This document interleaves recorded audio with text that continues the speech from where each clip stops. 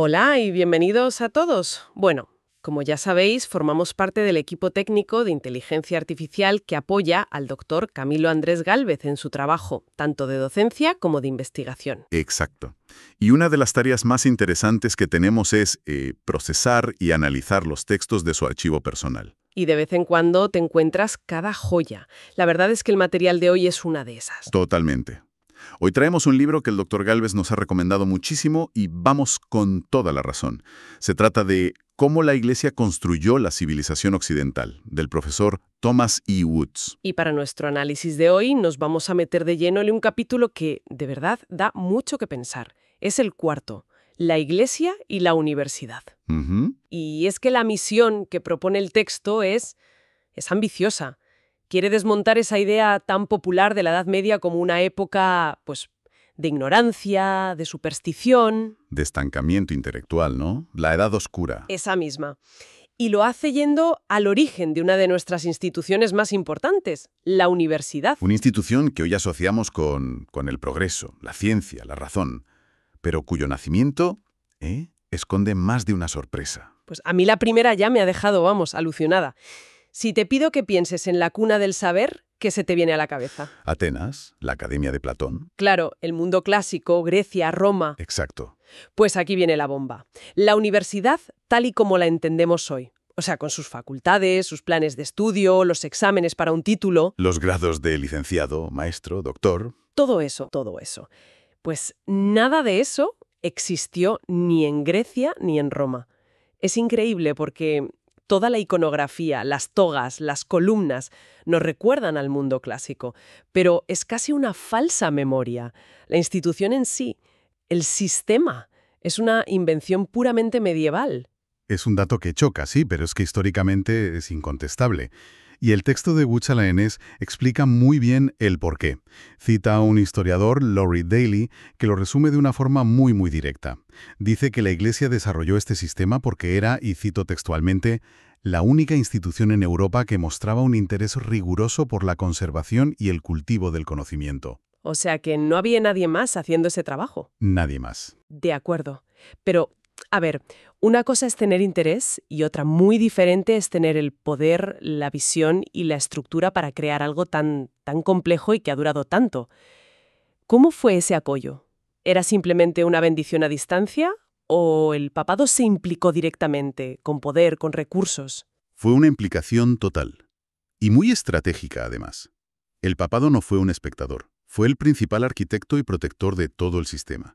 Las primeras grandes universidades, Bolonia, París, Oxford, Salamanca, todas florecieron gracias al apoyo directo de los papas. La herramienta legal para esto eran las cédulas pontificias. Entiendo, como una especie de certificado de calidad oficial. Pero, en la práctica, ¿qué significaba para una universidad tener una de estas cédulas? ¿Era un título honorífico o le daba ventajas reales? Ventajas enormes y muy concretas. La estadística del libro es muy clara. Para la época de la Reforma, de 81 universidades que existían, 33 tenían una cédula papal. O sea, casi la mitad. Era un patrocinio sistemático, sí. Pero lo más importante era el privilegio que solían incluir. El ius ubique docende. El derecho a enseñar en cualquier parte. Eso suena a que cambiaba las reglas del juego. Por completo. Significaba que un maestro que sacaba su título en, pongamos, la Universidad de Toulouse, que tenía este privilegio papal, pues podía llegar a Oxford o a Bolonia y enseñar allí sin tener que pasar otro examen. Como explica el historiador Gordon Leff, este derecho fue, literalmente, el sello jurídico de la institución universitaria. De un día para otro, creó una comunidad académica internacional. Un mercado único del talento. Eso es, un mercado único del conocimiento en pleno siglo XIII. Una globalización del saber. Es increíble. O sea, el papado no solo funda centros de estudio, sino que crea una red que los conecta. Pero claro, me imagino que estas nuevas instituciones estaban en ciudades, con sus leyes, sus autoridades. La relación entre miles de estudiantes jóvenes y los vecinos no sería siempre un camino de rosas, ¿no? El clásico conflicto ciudad y toga. Bueno, eso es un eufemismo para lo que a menudo eran auténticas batallas campales. ¿Ah, sí? Piensa que los estudiantes y profesores no eran ciudadanos corrientes. Formaban una comunidad aparte, una especie de gremio con sus propios fueros. Y esto generaba roces constantes. Por el precio de los alquileres, la comida, el vino. El jaleo por la noche, me imagino. Por supuesto. Vamos, la clásica pelea entre los estudiantes que salen de fiesta y los vecinos que quieren dormir. Un conflicto tan antiguo como las propias universidades. Imagino que a veces las cosas se irían de las manos. ¿Tenemos algún ejemplo concreto de hasta dónde podían llegar esas tensiones? Oh, sí. El libro narra un caso que lo cambió todo. La gran huelga de la Universidad de París en 1231. Todo empezó, como casi siempre, por una trifulca en una taberna. Unos estudiantes se quejaron del vino, que si era malo, que si era caro. El tabernero llamó a sus amigos y hubo una pelea. Los estudiantes acabaron apalizados. Un martes por la noche cualquiera en un barrio universitario. Exacto. Pero al día siguiente, los compañeros de los agredidos volvieron en masa, asaltaron la taberna y le dieron una paliza al tabernero y a sus vecinos. El asunto escaló hasta la reina regente, Blanca de Castilla, Uy, que, harta ya de los disturbios, ordenó a la Guardia Real que interviniera. Y la guardia se empleó a fondo. Mataron a varios estudiantes en la redada. eso ya son palabras mayores. ¿Y cómo reaccionó la universidad? Se declararon en huelga. Los maestros suspendieron todas las clases y exigieron una reparación. Como la corona y las autoridades de París se negaron, pues tomaron una decisión drástica. La cesatio. ¿La qué? La cesatio. Disolvieron la universidad y se marcharon de la ciudad. Durante 2 años, París, que era el mayor centro intelectual de Europa, se quedó sin universidad. Los profesores se fueron a enseñar a Oxford, a Cambridge, a Orleans. Una fuga de cerebros en toda regla. ¿Y quién resolvió el conflicto? El Papa, Gregorio IX, en 1231 emitió una bula papal, un documento famosísimo, llamado Parens Scientiarum. La madre de las ciencias. Exacto. Y en esa bula no solo condenaba la actuación de las autoridades, sino que le daba a la universidad una serie de privilegios y fueros que la brindaban para siempre. El derecho a autogobernarse, a controlar los precios de los alojamientos, a tener su propia jurisdicción, básicamente la convertía en una entidad autónoma y protegida. La Carta Magna de la Universidad, he leído. Se la conoce así, sí, y demuestra que, ante las injerencias externas, el protector más fiable que tenían era el Papa en Roma. ¡Qué historia! Deja clarísimo que sin esa protección activa muchas universidades habrían sido aplastadas por los poderes locales. Vale, tenemos la estructura, la protección, la red internacional, pero ahora viene la pregunta del millón. Si la Iglesia lo controlaba todo, ¿qué se estudiaba ahí dentro? Me imagino un programa muy limitado. ¿Era todo rezar y estudiar la vida de los santos? Esa es la caricatura, sí. Pero la realidad, según Woods, era justo la contraria. El plan de estudios para llegar a ser maestro de artes, que era el grado básico, el que te permitía luego estudiar teología, o derecho, o medicina. Era de una exigencia intelectual brutal y sorprendentemente laico en su contenido. A ver, sorpréndeme. ¿Qué libros tenía que dominar un estudiante del siglo XIII? Pues para empezar, toda la obra lógica de Aristóteles. No un resumen, no, todo.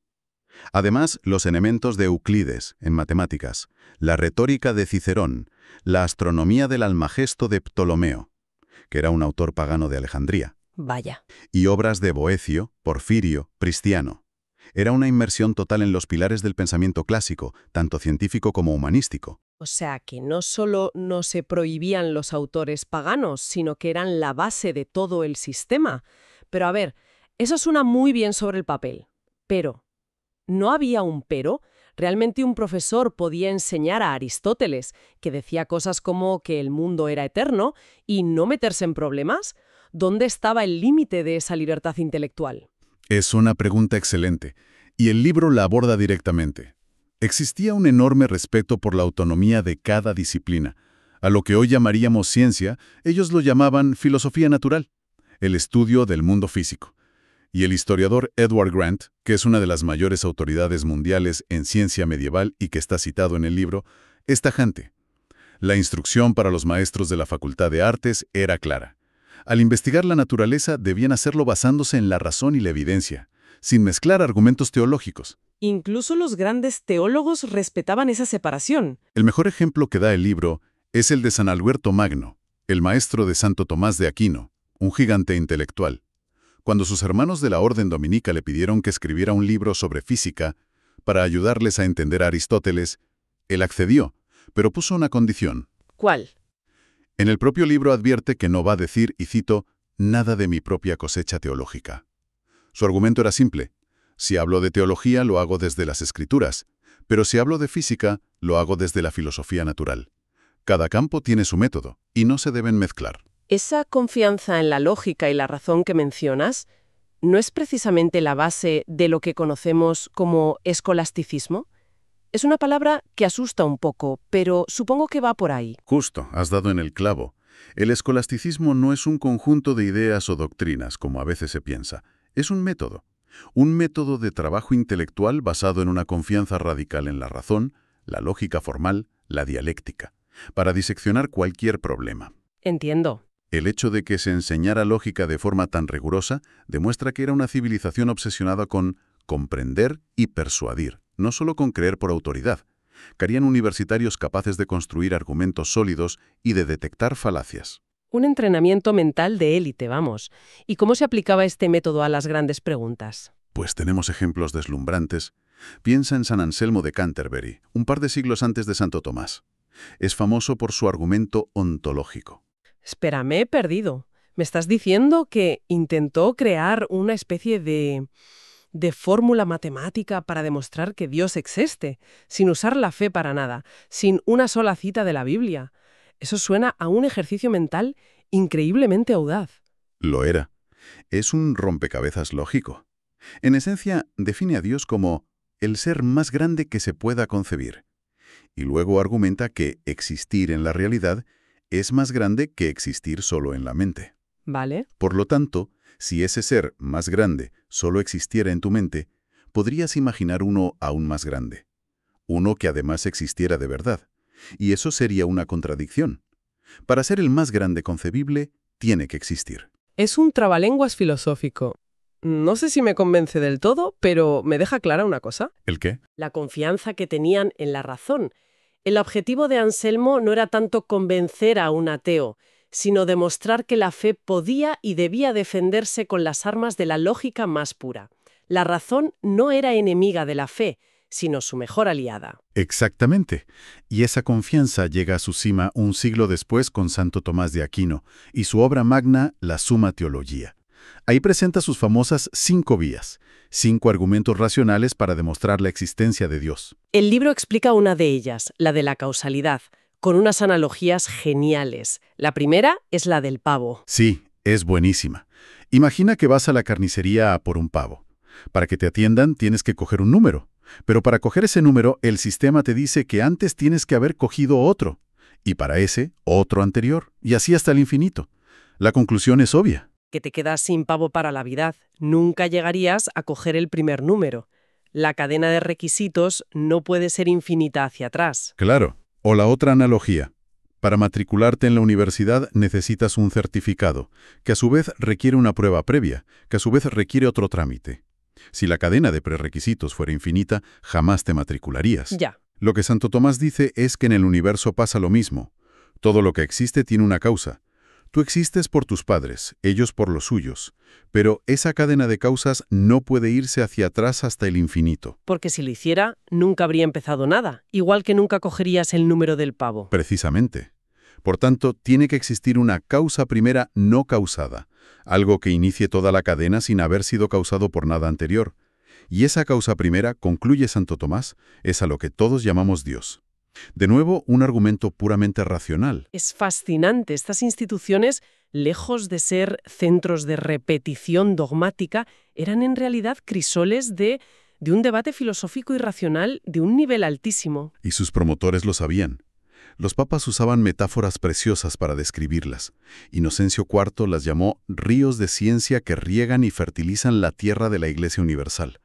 Alejandro IV se refería a ellas como lámparas que iluminan la casa de Dios. Había una conciencia clara de estar construyendo algo grande. Desde luego. El capítulo de Woods termina con una frase que es demoledora. Dice que este compromiso con la razón, el debate y la investigación que nació en la Universidad Medieval fue un regalo del medioevo latino al mundo moderno y añade que este hecho acaso conserve siempre el estatus del secreto mejor guardado de la civilización occidental. Y creo que es una conclusión muy certera, porque choca frontalmente con la imagen que solemos tener.